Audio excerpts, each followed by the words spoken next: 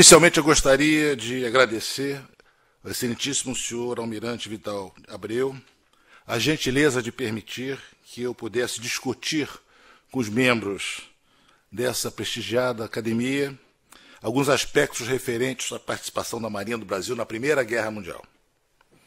Agradeço também a presença de alguns membros da academia e o adido naval brasileiro aqui em Portugal, comandante Tosini e alguns de seus auxiliares, pela presença e pelo apoio constante nessa semana. Cheia de atividades, né, comandante? E agradeço também a presença de velhos companheiros da Escola de Guerra Naval e dos outros convidados. Muito obrigado. Eu tenho particularmente uma grande ligação com Portugal, uma grande ligação. Além de ser casado com cidadã portuguesa, eu tenho uma morada cá em Portugal, em Carcavelos, já há 6 anos. Além de ter estudado aqui na Universidade de Lisboa, onde eu fiquei durante 1 ano fazendo uma pesquisa, exatamente essa pesquisa, e foi a participação da Marinha na Primeira Guerra Mundial.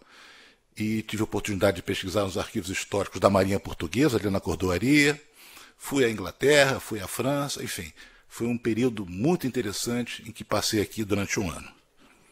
E mais importante que eu vim oficialmente pela Marinha, quer dizer, eu me senti muito prestigiado com essa designação que a Marinha me fez.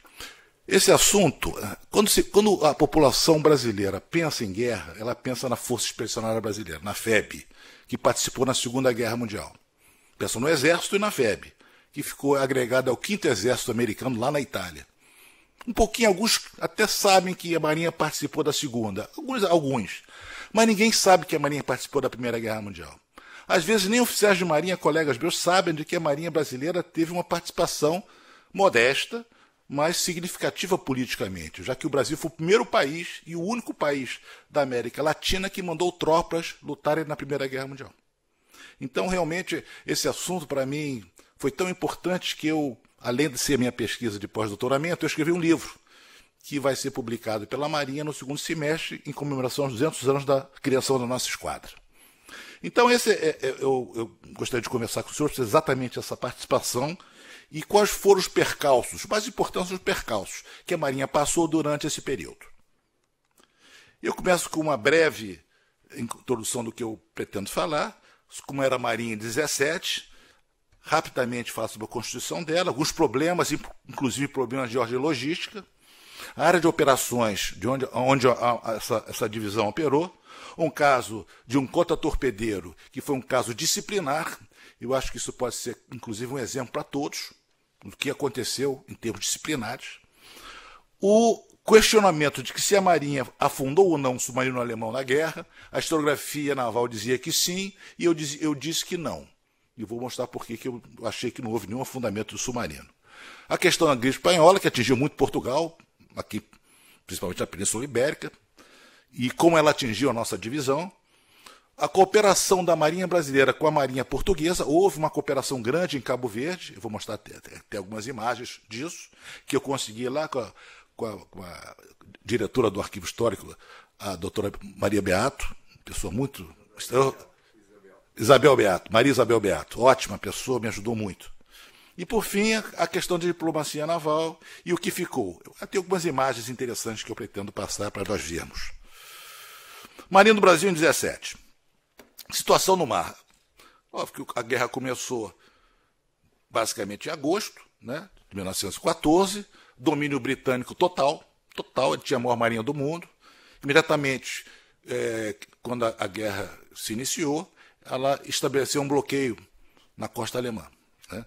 E os alemães, por terem uma marinha menor do que a marinha inglesa, eles não procuraram a batalha decisiva como preconizava Mahan no século anterior, que sabiam que seria uma situação difícil para ela. Então, eles procuraram inicialmente pequenas incursões na costa inglesa, costa oriental inglesa, sempre procurando, evitando a batalha decisiva. Mesmo na Jutlândia, em 16 de maio, eles furtivamente conseguiram sair daquele bloqueio e daquela formatura inglesa que procurava destruir a esquadra, e Jellicoe foi muito criticado por causa disso. O almirantado britânico, muitos almirantes britânicos criticaram a postura estratégica e tática de Jellicoe. utilizou a partir de 31 de janeiro de 17 a Guerra de Corso, dos alemães, e normalmente quem se usa, a gente aprende estratégia lá na escola de guerra naval, que quem usa a Guerra de Corso é algo mais fraco no mar, e eles utilizaram a Guerra de Corso intensivamente, a partir de 31 de janeiro de 17, e essa campanha, que foi uma campanha restrita submarina, atingiu também os países neutros, porque eles estabeleceram áreas de bloqueio e determinaram o seguinte: todo navio que entrar nessa área será considerado beligerante. E existiam navios mercantes brasileiros naquela área. Imediatamente foram atacados e afundados, né? E o Brasil entrou em guerra em outubro de 1917, depois de alguns afundamentos, e digo, afundamentos no teatro de operações europeu. Os alemães não chegaram no Atlântico Sul, no Brasil, como chegaram na Segunda Guerra Mundial. Então os navios todos foram atingidos aqui na Europa. Muito bem. Quais foram as contribuições que o Brasil poderia ter dado ao esforço aliado a partir da declaração de guerra? Primeiro, o envio de uma missão naval, composta de alguns navios brasileiros, 8 navios, depois vamos ver como foi a constituição dessa divisão, um grupo de médicos e enfermeiros que foi para a França, inclusive meu avô, pai da minha mãe, fez parte desse grupo, ficaram em Paris e em Marsella, cerca de 100 médicos. Terceira contribuição, alguns oficiais do Exército participaram em unidades francesas, poucos oficiais, na frente ocidental. E, por fim, um grupo de aviadores navais, que participaram do patrulhamento antissubmarino no Canal da Mancha, basicamente oficiais de marinha. Bom, como é que nós estava a nossa marinha em 1917? Era uma marinha traumatizada pelo que havia acontecido 7 anos antes. Não sei se os senhores sabem, mas a Marinha em 1910 passou por um grande problema disciplinar. Ainda naquela época, a Marinha utilizava a chibata como forma de punir os recalcitrantes. Chibata. O oficial batia na praça. Logicamente não era por qualquer falta, mas batia. Então isso foi um trauma muito grande que a Marinha passou. Houve uma revolta dos marinheiros contra isso. E depois indultos que não aconteceram, mortes de diversos marinheiros, enfim, foi um trauma que a Marinha passou, e a Marinha em 17 ainda sentia esse trauma, desse choque entre os marinheiros e os oficiais. A diferenciação social era muito grande, né? As praças, para vocês terem uma ideia, na divisão naval que foi formada, cerca de 60% dos marinheiros não sabiam ler, 60%. Nossos oficiais sabiam falar francês fluentemente. Eram da classe alta, eram turmas de 15 oficiais na escola naval. O avô do meu pai fez parte dessa geração como oficial. Eram todos da classe alta. Então a diferenciação social era muito grande. Eu vou mostrar depois algumas fotografias para os senhores verem os nossos praças, que nem eram os nossos marinheiros. É uma diferença muito grande. E o Brasil, a Marinha de 17, traumatizada com isso, era composta por 3 divisões navais. A do Norte, que ficava em Belém, lá na entrada do Rio Amazonas, com esses navios que estão aí. Uma divisão naval no centro, que ficava no Rio de Janeiro, que era a sede de tudo, era na ocasião a capital. E em São Francisco do Sul e Santos, esses navios que estão aí. Podem parecer muitos meios, mas eram muito poucos meios para a nossa costa. Por exemplo, os navios, nós recebemos uma esquadra inglesa em 1910. Em 1917, esses navios já estavam obsoletos, pela própria evolução da guerra, né? Nossos navios não tinham direção de tiro quando recebemos em 1910. Era tudo no local, no olho. Então eram navios que perderam a sua eficiência por causa da evolução tecnológica da guerra. Então a nossa marinha era despreparada em pessoal, que ela estava traumatizada, e despreparada em termos de meios. Assim mesmo, o presidente da República, Venceslau Braz, determinou: não, vamos mandar uma divisão operar com os aliados. Nós precisamos dar uma resposta ao que fizeram os nossos navios. Então, foi constituída uma divisão naval em operações de guerra, a chamada DNOG. Muito bem. Que navios compor? Na ocasião, o ministro da Marinha era um homem muito político muito perspicaz, nascido no Rio Grande do Sul, perto da fronteira do Uruguai, chamado Alexandrino Faria de Alencar, grande almirante, grande político, senador da República, pelo Amazonas. Ele era do Rio Grande do Sul. Coisa de república velha, que existia isso. A gente chamava de república oligárquica, né? E ele era um homem que tinha muito prestígio político no Brasil. Então ele ficou na seguinte contingência: como vou cumprir o que o presidente da República, Venceslau Braz, me determinou? que navios escolher. E ele escolheu os navios mais modernos que existiam na época, que são esses que eu coloquei aqui. A constituição da divisão foi feita de 2 cruzadores, scouts, isto é, esclarecedores, leves, 4 contra-torpedeiros, 1 tender e 1 rebocador de alto mar, que faria o apoio logístico a esses navios. Então, são esses 2 cruzadores que vieram na esquadra inglesa de 1910, o Bahia e o Rio Grande do Sul, movidos a carvão, logicamente não é carvão vegetal, carvão mineral. Né? Esses 4 contra-torpedeiros que estão aí, o Piauí, o Santa Catarina, o Rio Grande do Norte e o Paraíba, nós recebemos 2 encoraçados, na escola de 1910, 2 cruzadores e 10 contra-torpedeiros. Ele escolheu os 4 melhores, que são esses 4 que estão aí. Navios muito vulneráveis no mar. Almirante, 600 toneladas. Eram navios mínimos. Eu servi numa corveta Imperial Marinheiro, não sei o pessoal de Marinha se lembra da Imperial Marinheiro, deslocava 900. Esse deslocava 600. Navios extremamente desconfortáveis, muito vulneráveis, jogavam demais. Então, as tripulações ficavam muito tempo enjoadas no mar, até se acomodarem. Então, era um navio que tinha muitas limitações. Os cruzadores deslocavam 3.200 toneladas. Mais ou menos o que é a nossa fragata. Mais ou menos, a fragata Niterói, mais ou menos. Mas eram navios também limitados. E o mais importante, eram municiados por carvão brasileiro, de baixa qualidade, alto nível de enxofre. E o que acontecia com isso? Os tubos das caldeiras e os condensadores ficavam cheios de fuligem. E a fuligem corroía os tubos. Mas eu vou chegar nesse ponto daqui a pouco. E mais esses 2 navios estão aí. O de cima, o Belmonte, que era um navio que a gente chama de HVU, que é o High Value Unit, que é um navio logístico, que ia abastecer de carvão os navios brasileiros. E embaixo, o rebocador, que faria exatamente essa transposição do carvão do tender para os cruzadores. Porque a ideia era atracar os destroyers no navio em alto mar. Veja só que faina que é. O mar tem que estar abaixo de 2, senão ele não consegue fazer esse tipo de manobra. Então, escolheram um comandante do rebocador, um homem altamente adestrado e muito bom marinheiro. Heitor Perdigão, capitão-tenente Heitor Perdigão. Muito bem. Quem deveria ser o comandante da divisão? Era um problema que o Alexandrino pensava o tempo todo. Quem escolher? Ele inicialmente convidou 3 almirantes. Os 3 arranjaram desculpas diferentes. Minha mulher está passando mal, eu tenho um netinho que está na escola, não dá para ir. Sempre desculpas esfarrapadas. Desculpas muito fracas. E o Alexandrino começou a ficar preocupado, porque tinha que ser um homem da confiança dele que fosse bom marinheiro. E ele escolheu um almirante que foi seu chefe de gabinete, jovem, 50 anos. Era o segundo mais jovem. A Marinha tinha 14 almirantes na época, 14. Ele era o segundo mais jovem, com 50 anos, chamado Pedro Max Fernando de Fronten, filho de franceses que imigraram para o Brasil. Nasceu em 1867, na cidade de Petrópolis, no Rio de Janeiro, próximo da cidade do Rio de Janeiro. Tinha 50 anos, em dezembro de 17, era muito jovem. E o almirante também jovem, foi promovido em 1915.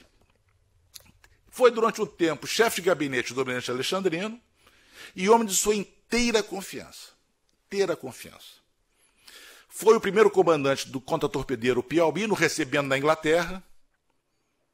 Além disso, comandou um cruzador, que foi o Rio Grande do Sul, depois o encoraçado. Quer dizer, era um oficial que tinha muita experiência de mar, tinha muitos dias de mar. Então, ele cabia em tudo que o Alexandrino queria. Sua confiança, e era um oficial que comandara 3 classes de navios seguidas. Na ocasião, ele era comandante, 3 almirantes dos 14 almirantes que existiam na atividade estavam embarcados. E ele era comandante de uma divisão naval, que é a Divisão Naval do Sul. Então, era o homem perfeito para aquela função. Era um homem experiente, ponderado e extremamente exigente. E, para mim, meus estudos, eu chego à conclusão que ele realmente foi o comandante ideal para aquela divisão. Era esse aí, o homem que está aí. Ele contra-almirante, 50 anos, antes dele ir para a divisão, para a guerra, Pedro Max Fernando de Fronten. Falava muito bem francês, logicamente, falava inglês, falava espanhol, falava português, nossa língua. Bom, problemas que aconteceram nessa divisão.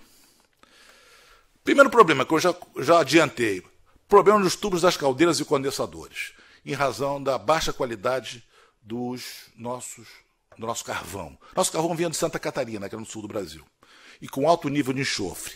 Então o que acontecia? O carvão sendo utilizado nas carvoeiras, o tipo de queima era uma queima muito ruim, então começava a se agregar um cristal em volta dos tubos das caldeiras e condensadores. E esse cristal tinha a capacidade de ser muito corrosivo.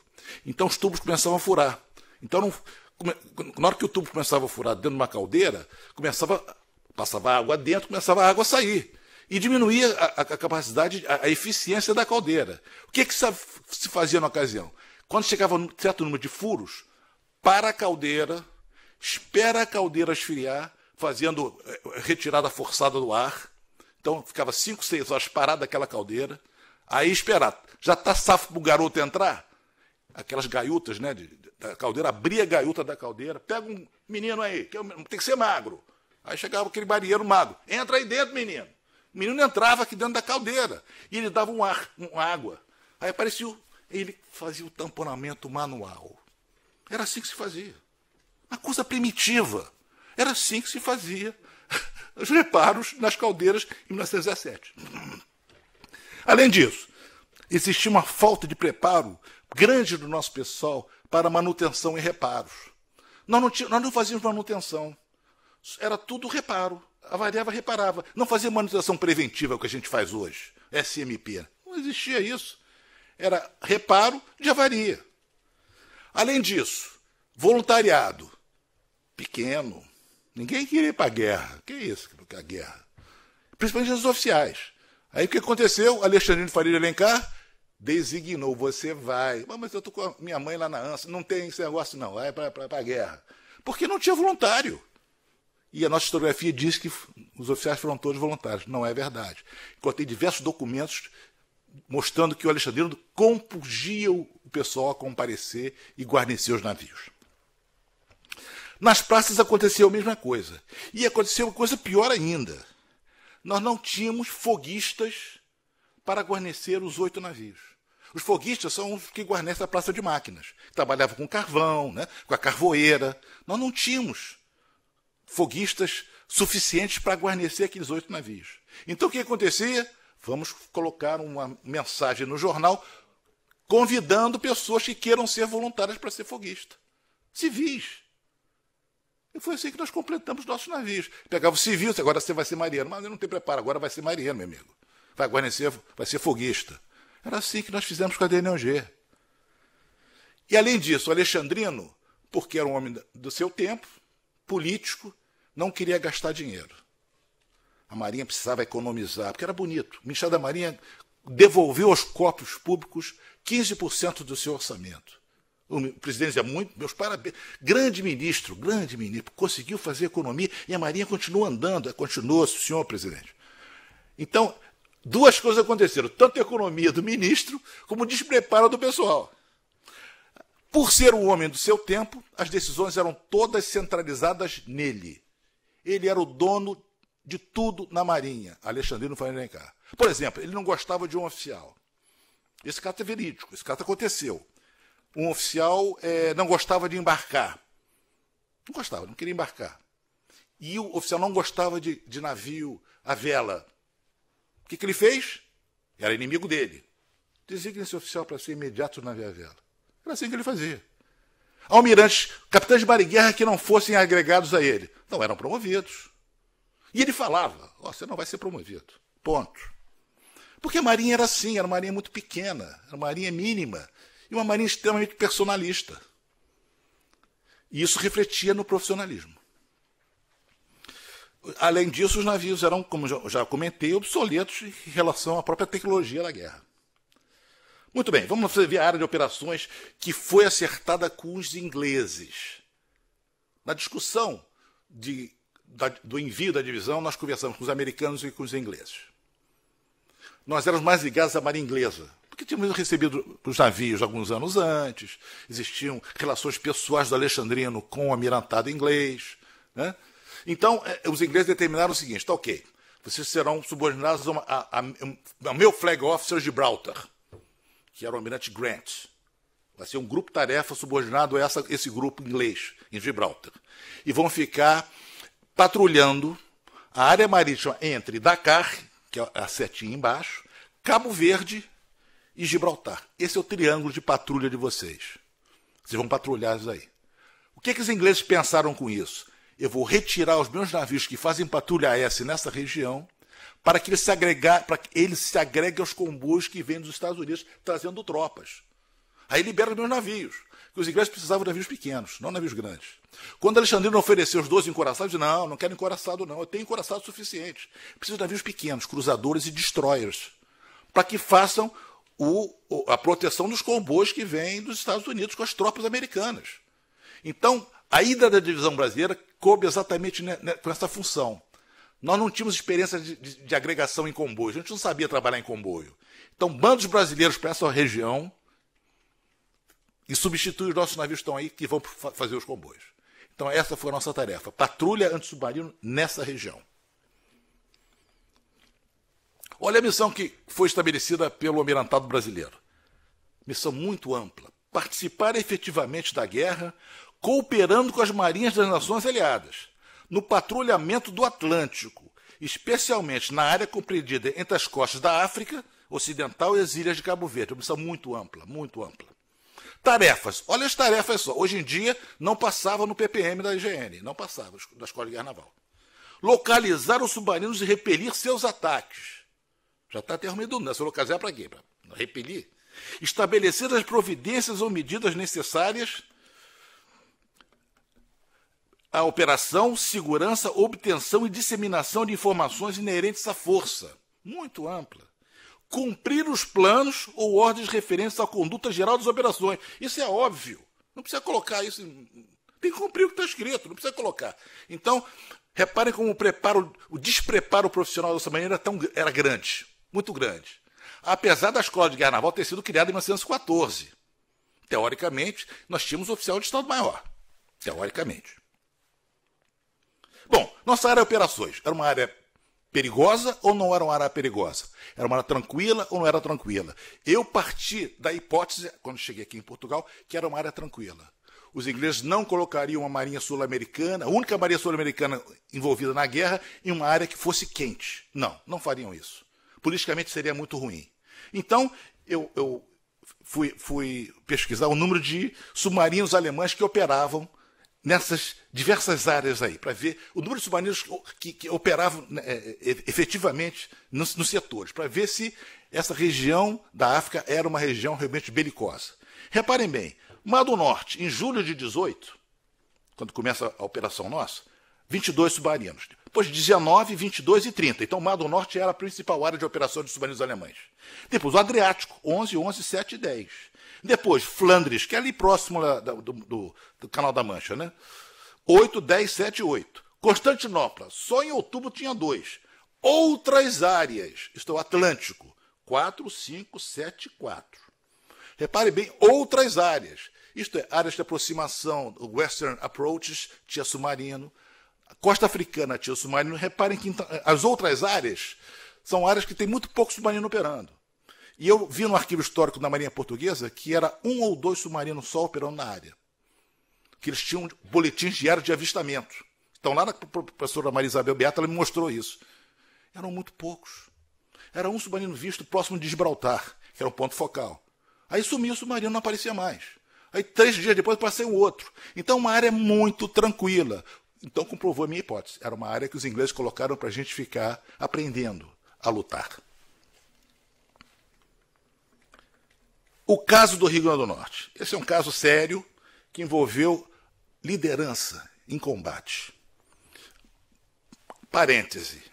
Antes da divisão sair, em maio de 1918, um jornal brasileiro no Rio de Janeiro, chamado A Razão, publica no dia 4 de março, na página 12, o seguinte carta aberta, sem assinatura. Temos recebido constantes queixas contra o modo por que o comandante do contra-torpedeiro Rio Grande do Norte, o capitão de corveta Aníbal do Amaral Grama, trata a guarnição. Os reclamantes, em sua maioria praça, são perseguidos pelo comandante, que os obriga a trabalhos exaustivos e, quando por motivos justos, fazem sentir o sacrifício a que estão sendo obrigados, sem necessidade, são castigados sem piedade. Muitas praças têm baixado ao hospital e outras são recolhidas ao corpo para cumprir castigos correcionais. As licenças são poucas e por tempo diminuto. O almirante ministro da Marinha, com certeza, desconhece tudo isso e, por nosso intermédio, os reclamantes pedem a Sua Excelência que atenda a situação das mesmas, sem assinatura. Tripulantes do contra-torpedeiro Rio Grande do Norte. Na hora que se bateu na imprensa do Rio de Janeiro, imediatamente Alexandrino mandou abrir um inquérito e designou o Fronten para ser o encarregado do inquérito. E nada foi apurado. Na hora do inquérito, você falou isso? Não, eu não falei, não sei quem escreveu, nem estou sabendo disso. Todo mundo tirou o corpo fora. Conclusão da sindicância do inquérito, nada apurado. E o comandante continuou. Ele era mão pesada? Era. Mão pesada. Ele era o homem daquele 1910, que achava que a chibata resolvia tudo. Ele era homem daquela época ainda, de 7 anos atrás. Estão indo para a guerra. Um comandante assim, que não perdoa nada, é um problema sério de liderança. Sério. Mas o Fronten não percebeu isso, porque ele era muito bom oficial. Muito bom oficial. Era um oficial brilhante na escola naval, foi um dos primeiros da turma dele. Então era um oficial muito destacado na Marinha. Vamos continuar. Ele é o comandante do navio, vamos deixar ele continuar. Muito bem, no dia 7 de maio, e o navio em crise. E o pior, do comandante com o imediato e com os oficiais também, em crise. Quer dizer, era a tripulação, a guarnição de marinheiros e os oficiais. E o comandante sozinho. Eis que ele suspende o Piauí e o Paraíba, em maio, no dia 7 de maio, e o Rio Grande do Norte e o Santa Catarina suspendem 2 dias depois. No dia 11 de maio, ocorre a seguinte coisa. De noite, meia-noite, o oficial de serviço, não passa disso, vê que o navio está sem combustível. De noite. Ali em frente à Bahia, não sei se vocês conhecem a Bahia, ali chegando a Salvador. O navio fica matroca, sem combustível. Aí ele chama o comandante, estava dormindo. O comandante sobe de pijama ainda. O que aconteceu? Comandante, perdemos a propulsão. Não temos mais combustível nem na carvoeira, nem no convés. Mas como? O navio está matroca. O navio se aproximando da praia de Camamu, que fica próximo de Salvador. Ele só teve tempo de mandar um grupo de serviço correndo uma proa do navio e fundir a emergência. A sorte dele é que o ferro unhou. A âncora pegou. E o navio conseguiu parar. Quase na praia. Aí ele parou, descansou, foi ver, realmente o navio não tinha mais de um combustível. Muito bem. Ele imediatamente procura entrar em contato com um colega de turma dele, que era o comandante de outro contra-torpedeiro que já estava em Salvador. Esse comandante suspende de madrugada e consegue rebocá-lo para o Rio de Janeiro. Aí é aberto um segundo inquérito em Salvador. E foi constatado realmente que a tripulação, naquele período noturno, pegou todo o carvão e jogou pela borda, sem ninguém perceber. Ora, todos estavam mancomunados, inclusive os oficiais. Muito bem. Decisão do Fronten com o inquérito.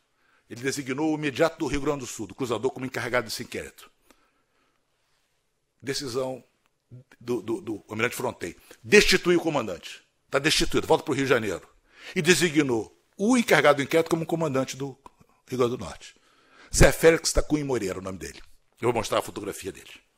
Então, realmente, e esse o senhor imagina, capitão de corveta sendo no imediatice de um cruzador, assumindo o comando de um contra-torpedeiro em crise. Um problema disciplinar. Um problema sério. Tinha que pegar o pulso do navio, né? A liderança dele. Né? E foi um grande comandante. Muito bem. Vamos ver o fundamento, a fase brasileira. Tem as datas que suspenderam. E começou, então, a grande travessia, que foi de Fernando Noronha para Freetown. Primeiro porto estrangeiro, Freetown, que era um porto sob controle inglês. Muitas avarias na travessia, muitas avarias.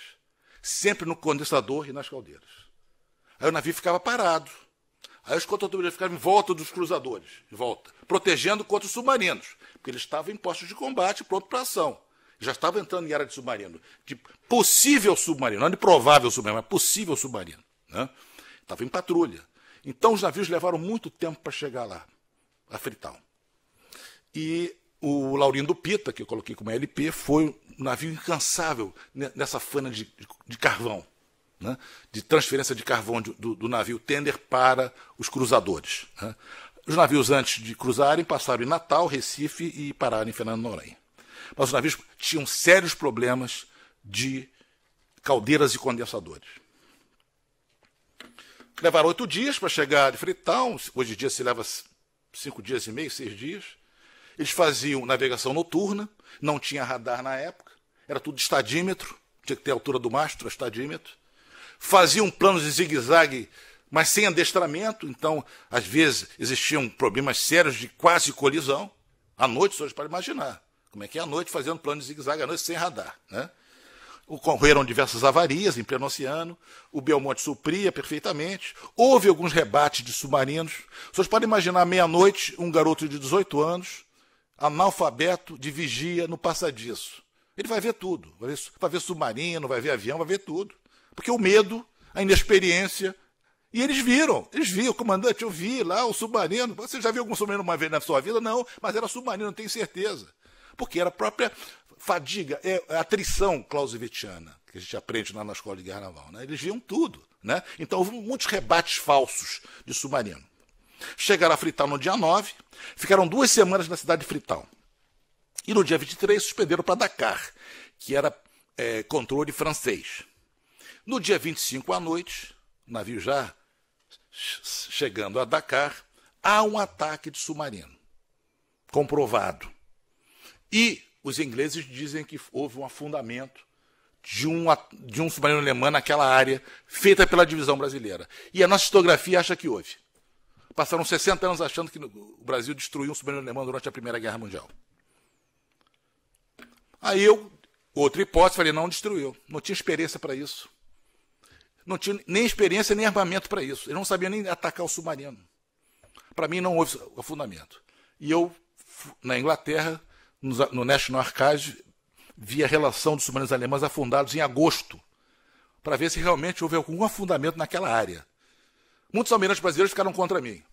Pô, Alves de Almeida, você é da minha turma, vai dizer que nós não afundamos? Pô, isso não é, moralmente não é bom. Mas o fulano de tal, eu sou historiador, meu amigo. Eu sou profissional, pô. Eu não vou dizer que afundou quando não afundou. A documentação diz que não. Então eu tive muita pressão em cima de mim dos colegas, dizendo, pô, você destruiu a marinha aí, rapaz, até brincando comigo. Mas é uma brincadeira que eu não gostei, que já estou mais velho, né? Não gostei. Então esses são os dias em que ocorreram os afundamentos dos submarinos alemães, e podem perceber que não há nenhum afundamento no dia 25, nenhum. Os afundamentos ocorreram no Adriático e no Mar do Norte, e no Passo de Calais, Ligolândia. Mas não houve nenhum afundamento. Infelizmente, o Brasil não afundou um submarino na Primeira Guerra Mundial. Infelizmente. Essa é a realidade histórica. Gripe espanhola. Vamos lá. O que aconteceu? Nós sabemos que houve 3 ondas de gripe espanhola no mundo. Primeira onda, março de 18, uma onda relativamente branda, que atingiu Portugal. Relativamente branda. Ela veio, morreram algumas pessoas, mas ela arrefeceu. Quando chegou em setembro, houve a segunda onda. Essa foi terrível, principalmente aqui em Lisboa. Morreram muitas pessoas, inclusive membros da divisão lá em Dakar. E a terceira onda veio em janeiro de 19. Então foram 3 ondas sucessivas de gripe espanhola. A pior delas foi a segunda, que começou em setembro. Onde estava a divisão em setembro? Dakar. Vocês podem imaginar como seja Dakar em 1919 e 18. Eu estive em Dakar no navio Escola Custódio de Melo, em 1979. Eu e o Almirante Silva Ribeiro, que viajou comigo. Era horrível. Imagina 1919, 60 anos antes. Não tinha apoio nenhum. Tinha um hospital colonial francês, que tinha 30 leitos, que não era nada. A cidade não tinha pavimentação, era tudo areia. Essa foi a cidade que a divisão foi atingida pela gripe espanhola, sem apoio médico nenhum. Nós com poucos médicos na divisão. Enfim, foi horrível. No dia 10 de setembro começa o primeiro morto. O pior, uma semana depois já morriam 18 por dia. A última morte aconteceu já no final do segundo ciclo, em novembro, no dia 26 de novembro. Quais eram os sintomas que os marinheiros sentiam? Diarreia, mal-estar, desidratação rápida, febre, convulsões, alucinações, prostração e morte. Há casos relatados de um marinheiro morrer em 15 horas. Começou a apresentar a primeira febre uma hora X, 15 horas depois ele estava morto. A rapidez com que era o ciclo dessa doença. E nós tivemos um percentual de 80% de doentes. 80% de doentes. O navio não tinha mais vigia. Ninguém ficava vigiando o navio. O navio ficou atracado, né, no porto, porque estavam todos doentes. Todo mundo doente. Então, realmente, foi um período muito difícil. Inclusive, a Marinha Portuguesa sofreu muito em Cabo Verde. Eu vi a documentação com a Maria Isabel Beato, lá em Cabo Verde. Houve muitos mortos lá em Cabo Verde com essa segunda onda da gripe. Bom, percentual de mortes pela espanhola. Cerca de 6,8% de oficiais. 10 oficiais morreram. Marinheiros, 85 morreram. Foguistas, 30 morreram.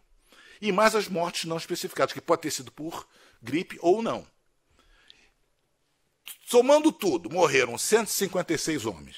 Ora, eram 1.500. 10% de mortos. Muito alta. Foi a divisão que mais sofreu a gripe espanhola, foi a brasileira. Nem a Força Naval Portuguesa sofreu tanto. 10,2% de mortos. E 80% de atingidos pela gripe.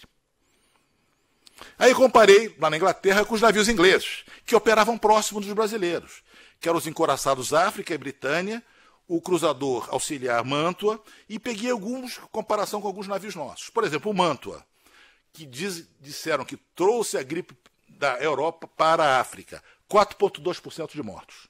O África, 6,8%. Por quê? Ele não fez a quarentena. Já o Britânia teve 1,1% porque fez em quarentena. Ficou fundiado e não atracou. O nosso cototobeiro Santa Catarina, 18% de mortos. O Paraíba, 14%. E o Belmonte, 6,4%. Então, percebam que os navios brasileiros foram muito mais atingidos que os estrangeiros durante esse período.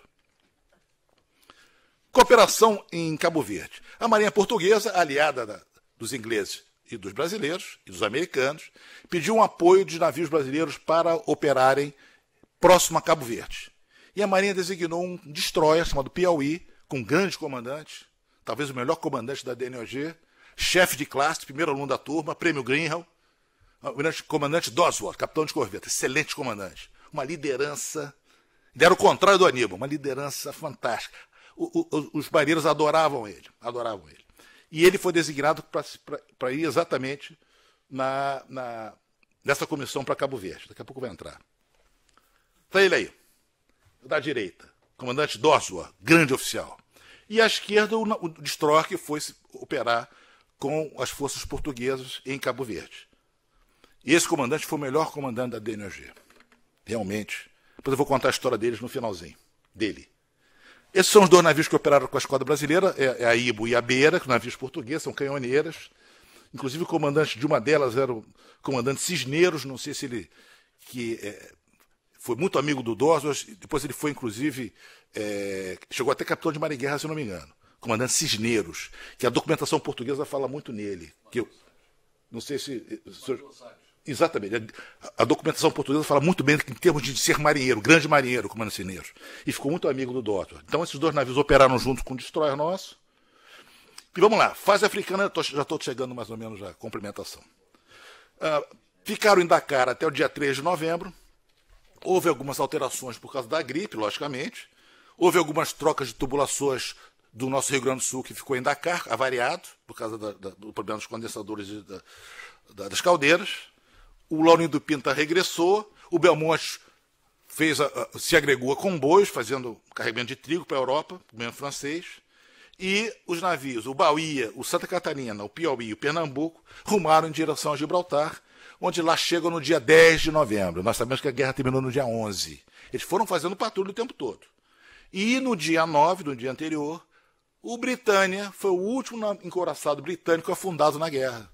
E muitos amigos ingleses dos brasileiros operaram juntos no período africano. Então, houve muita revolta dos marinheiros brasileiros com esse afundamento. Morreram cerca de 80 britânicos nesse afundamento dos alemães, que os alemães fizeram. E a guerra termina no dia 11 de novembro.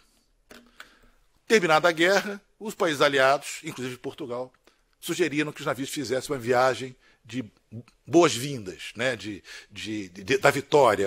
Seria uma viagem de representação, que a gente fala, de diplomacia. Então eles visitaram, primeiramente, Portsmouth, na Inglaterra, ficaram durante cerca de 3 semanas em Portsmouth, no sul da Inglaterra. Foram a Cherbourg, eu estive lá em Cherbourg, eu pesquisando no arquivo lá. Aqui em Lisboa, no período de carnaval, de 1 a 6. Lisboa estava convulsionada nessa época, muito convulsionada, né? Existiam problemas da morte do Sidônio Paz, que tinha morrido no ano anterior, assassinado aqui no Rossio. Existiam problemas sérios políticos naquela. Isso transparece na documentação portuguesa, claramente. Gibraltar, de 7 a 12, La Spezia, na Itália, 16 a 4.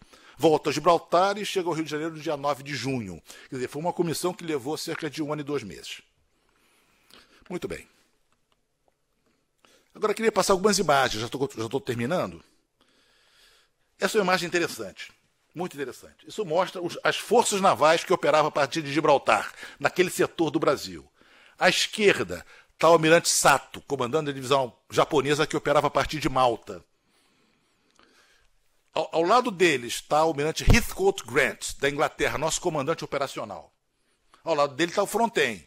E ao lado dele está o almirante Knee Black, comandante de uma divisão de cruzadores e destroyers americanos que operava a partir de Gibraltar. E atrás estão os assistentes todos e ajudantes de ordens. Tá? São os 4 oficiais que operavam a partir de Gibraltar, com as 4 divisões. Esses são os 4 comandantes de destroyer que coloquei à esquerda. O nosso amigo Dodsworth, esse aqui, ó, grande oficial. São os 4 comandantes. E o Zé Félix, que assumiu o lugar do Aníbal Gamalgama, é esse aqui, ó. Esse aqui. Todos capitães de corveta. E aqui eles estão tirando a posição, possivelmente, na posição de meio-dia. Porque essa fotografia eu consegui quando eu fui diretor do Arquivo da Marinha, lá do SDM, e era uma coleção que estava jogada no local X, lá no arquivo. Eu chamei a superintendente da parte de imagens do arquivo. Falei, cara, você tem alguma fotografia sobre DNOG aí? Tem, comandante. Mas quase ninguém vê. É muito antiga, muito velha. Quase ninguém vê. Pega porque eu quero ver.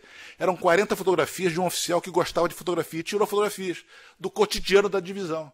E essa era uma fotografia que ele tirou. Que deve ter sido a posição no meio-dia, tirada possivelmente do cruzador. Isso é interessante, essa foto. Essa foto mostra, para que os navios tivessem mais autonomia, pudessem ir mais longe, eles colocavam os fardos de carvão no convés. Então o que acontecia? A carvoeira começava a esvaziar. Eles pegavam o fardo que estava no convés e colocavam na carvoeira. Porque o navio tivesse mais 1 dia e meio de mar. Foi assim que nós chegamos, mesmo com esse atraso, nós chegamos bem a Frital, por causa exatamente desse expediente. O que os marinheiros fizeram no Rio Grande do Norte, jogaram tudo isso pelo mar. A carvoeira foi acabando, não recompletaram. O navio ficou uma troca. Jogaram exatamente isso no mar, esses fardos de carvão.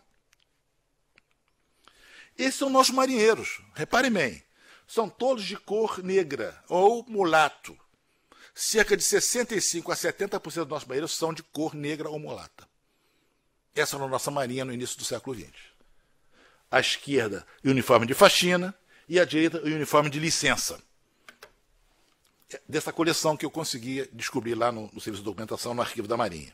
Essa é a fotografia interessante. Isso mostra a união entre a Marinha Brasileira e a Marinha Inglesa, lá em Portsmouth. Nós fomos muito bem recebidos lá. Eu fui a Portsmouth pesquisar no arquivo lá em Portsmouth. Passei lá 1 semana, no arquivo municipal da cidade. E vi os jornais. Maravilha. Como eles ficaram felizes do Brasil participar da guerra. Não porque ele fez em termos de combate, não.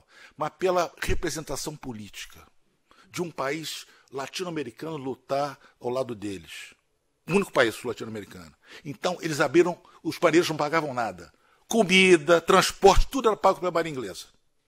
Tal o reconhecimento que eles tiveram por esse esforço brasileiro de se agregar à guerra. Então, foi um reconhecimento político, não operacional. Isso é a fotografia dessa coleção também. Mostra à esquerda o Piauí entrando em Gibraltar, comandante é o Dodsworth, aquele navio ali. E embaixo, já os navios fundeados em frente à roca de Gibraltar, com a bandeira brasileira ali atrás. Tá? Também dessa coleção que eu consegui descobrir lá no Arquivo da Marinha. Ali essa fotografia de cima, é muito interessante esse caso que aconteceu. Embaixo, logicamente, os navios locados em Gibraltar, fazendo reparos na parte de casco, mas a fotografia que está em cima é muito interessante. Eles pegaram um mar muito ruim no Mediterrâneo, indo de Gibraltar para La Spezia, aquele vento mistral que vem dos Alpes. Dizem, os livros de quarto dos navios dizem que o mar chegou a mar 8. A gente sabe que quer dizer era 12, 8. Ora, navio de 650 toneladas, mar 8 é como se fosse 12. Pô. Quase nós perdemos o contra-torpedeiro, Rio Grande do Norte, nesse trágico mar aí. Os navios todos se espalharam, porque o mar começou a espalhar todo mundo. O comandante, o Zé Félix, comandante do Rio Grande do Norte, que substituiu Aníbal, começou a ver que o navio ia afundar, ondas muito grandes, e ele resolveu fazer uma guinada para correr com o mar. Ele estava pegando o mar de proa. Ele falou, eu vou ter que fazer uma guinada rápida para correr, fazer uma prancha, surfando no ar, senão o navio vai afundar, vai morrer todo mundo aqui.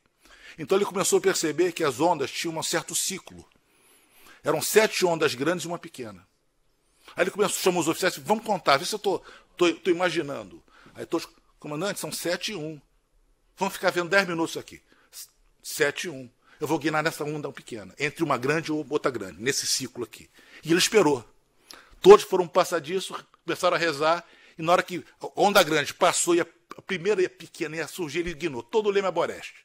Aí o navio começou, guinou rapidamente. O navio pequeno vai rápido, né?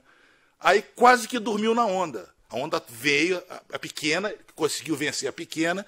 E na hora que a onda grande veio para afundar o navio, ele conseguiu surfar. Foi a sorte dele. Quase que o navio vai para o fundo. Ele conseguiu correr com o mar, correu até a Sardenha, o mar levando. Aí o mar começou a acalmar e tal. Perderam tudo que estava no convés, o mar levou tudo. Então essa é a fotografia do início da tormenta que aconteceu no Mediterrâneo.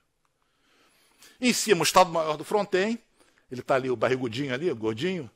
Ele era baixinho, ele tinha 1,72 m, era bem baixo. Muito branquinho, filho de francês, olho azul.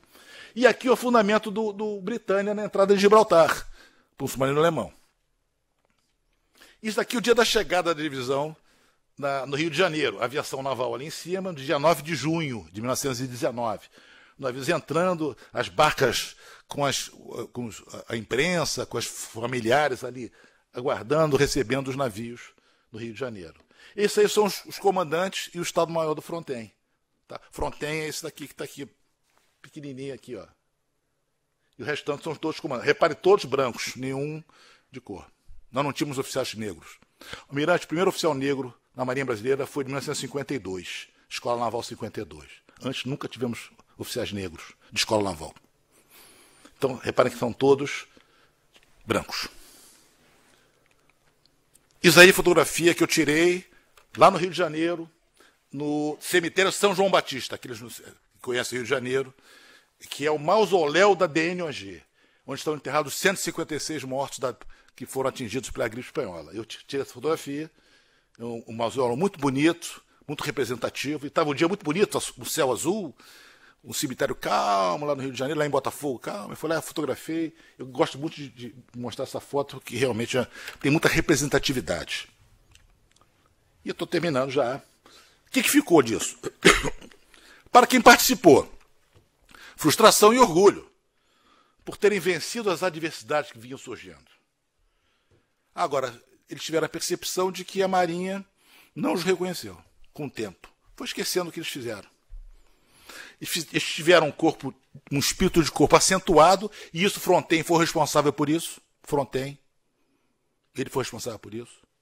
E a percepção de que se lutar uma guerra se necessita de preparação do pessoal e de recursos financeiros. Sem isso não se luta uma guerra.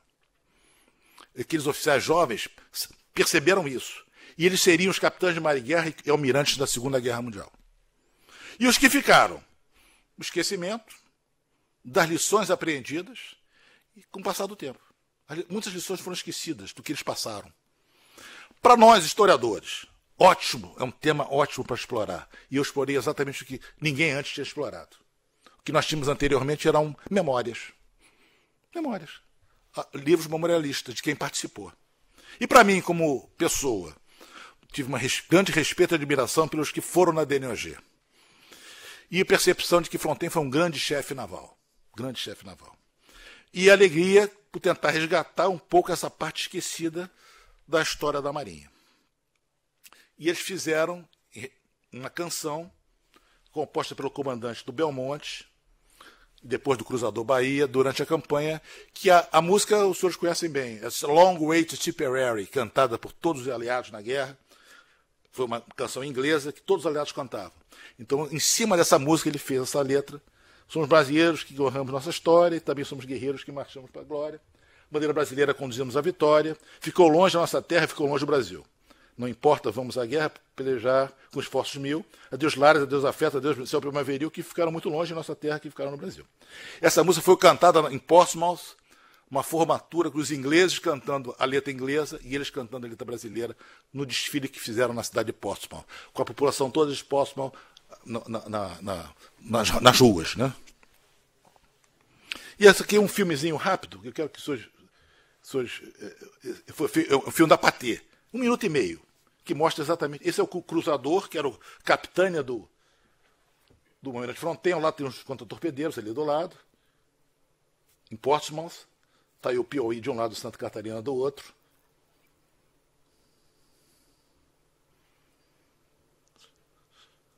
Aí os oficiais saindo, sendo cumprimentados pelo sentinela.